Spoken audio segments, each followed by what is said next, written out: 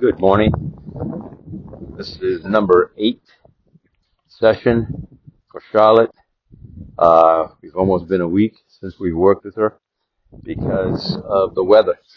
We've had some snow, a little bit of rain. I want her to face me. And so we've done all the exercises up to date. And the last one was lunging, and that was horse talk number 7, I believe, and introduce lunging. Today we're going to introduce lunging phase 2. And in phase 2, what we're trying to do is get them to react a little bit quicker, lean a little bit on their hindquarters. This first one, all I'm trying to do is get the concept of turning with a little bit of speed in the opposite direction from the lunge. So what we're going to do is we're going to point with our finger, get her into a regular lunge. I'll do a couple, faces, so face me, and that's level 1. And then level 2, we're going to get her while she's moving in one direction to basically turn on her haunches and go in the opposite direction.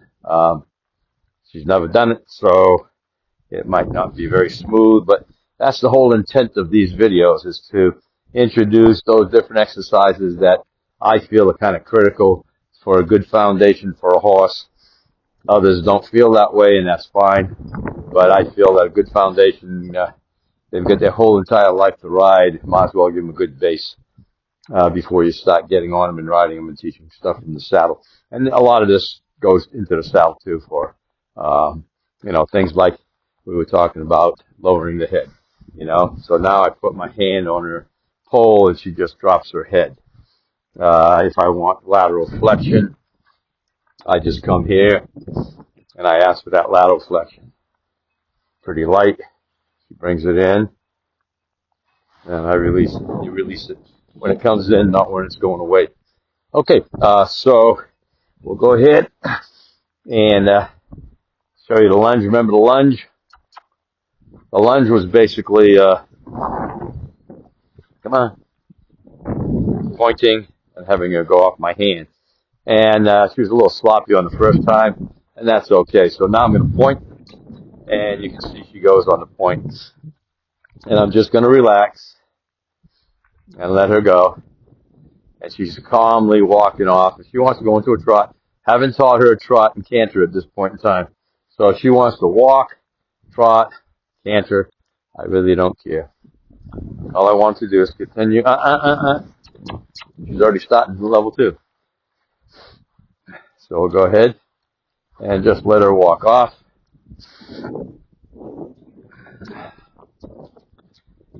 And when I bend on this next turnaround, I want her to face me.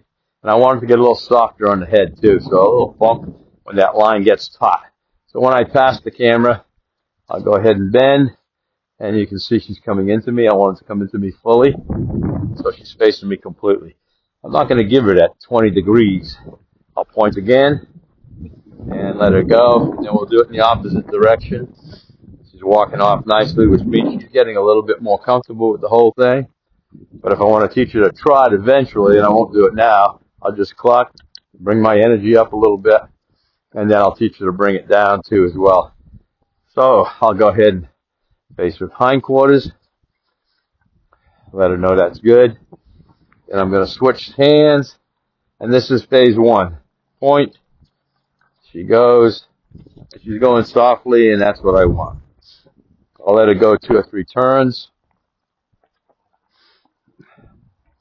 And I'm keeping myself quiet, loose line, and I'm calm as can be because she's doing what I'm asking her to do. And that's just stay in the circle, in the lunge. So right here, I'll go ahead and face her. And then when she faces me, I'll just relax and stand up. Now we're going to introduce her to level 2. Okay, level 2, remember, is the same thing, except while she's in motion, I'm going to ask her to, walk on. I'm going to ask her to turn. So I'll start off by just getting her in the lunge, and then I'm going to bend initially towards her hindquarters. I'm going to switch sticks first. I'm going to bend towards her hindquarters, and then I'm going to ask her to go in the opposite direction. A little pressure is required. And then I can speed it up eventually. But right now, all I'm trying to get her to do is to look at me. And when I bend, I'm going to switch hands with my stick. I'm going to bend towards her hindquarters, get her going, and ask her to go in the opposite direction. A little bit of pressure to get her moving. Again, going into the lunge. It's going to poop here. Lunge. I'm going to switch hands with my stick. I'm going to bend toward her hindquarters. Get her going in that direction. And then we will increase this. And I'm going to do it eventually without the stick. Just the hand. Okay? Getting her going. Little bump because she's getting on my line. Right here. I'm going to bend towards her hindquarters. Stab. Pick it up. And ask her to go the opposite direction. This is level 2, but we're going to get quicker and quicker, and I'm going to demand more of her as we go. So I'm going to slid down the stick, bend, ask her to go. Eventually I want her going onto that hindquarter, so when she switches sides, I want the hindquarter to back up on her hindquarters.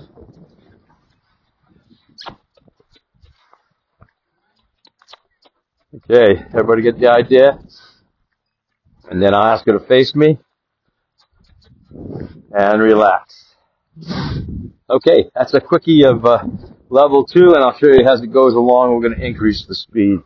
So, it depends on, like I said, there's many training techniques. Some say, switch sticks, stab with, reach down, stab with your belly button, etc. But I like to use what they already know.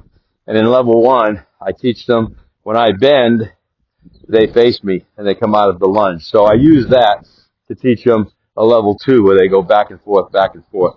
And so I use that. So I'll switch hands, I'll bend towards their hindquarters, which brings their head around, and then I point. And at that point in time, after level 1, they should know to go off of the hand. Okay? And we'll get her off the hand one more time. Walk on. And there she goes. And we'll ask for that.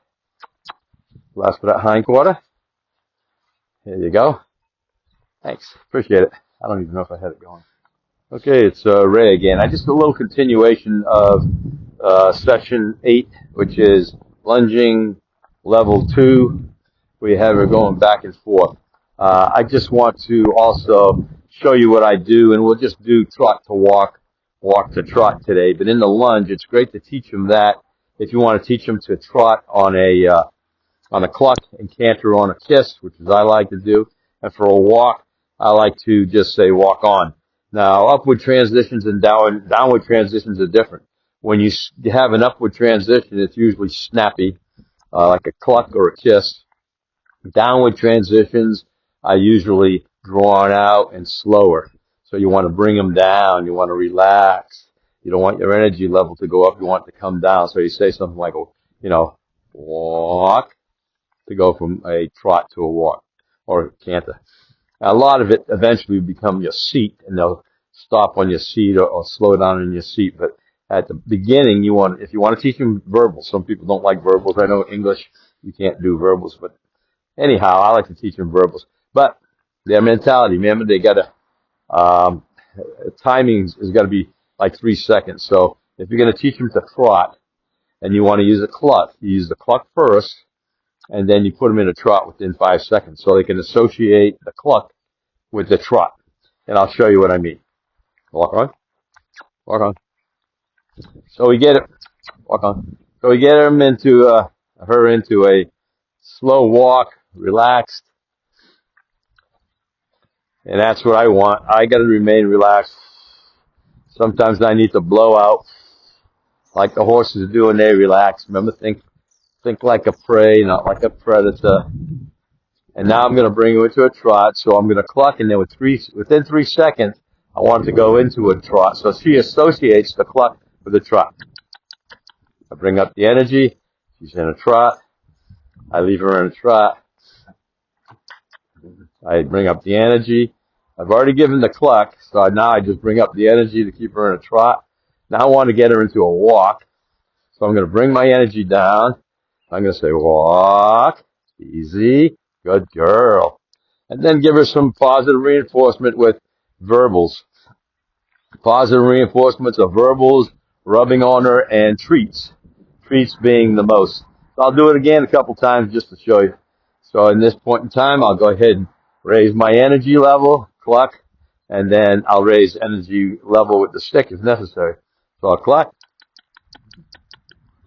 She goes into it. All I have to do is raise the stick a little bit.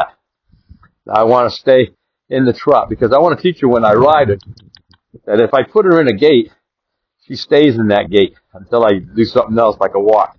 So when she comes around the camera once again, I'll put her into a walk.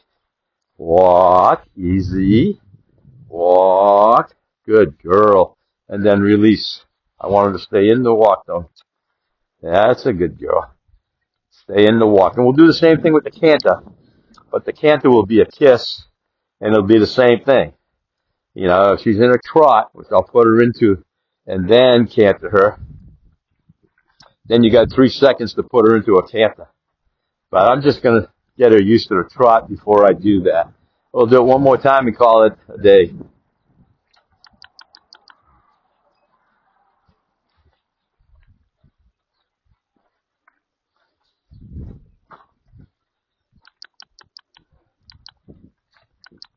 Don't want him to come out of it unless I ask to. Walk, easy. Bring my level down. Good girl. Bring her in by bending. Always use what you know. Consistency. Same thing, same way. If you're going to say cluck for a trot, always use a cluck for a trot. If you're going to use kiss for canter, always use a kiss for a canter. So it's consistency. And the persistency is you got to get her into that trot. You don't let them not do it. So persistency means, increase the pressure levels or phases or whatever you want to call them until you get at least one step of what you want. Timing, we talked about timing 3 to 5 seconds. Horsey time depends on the horse. And repetition. Hope everybody has a good day.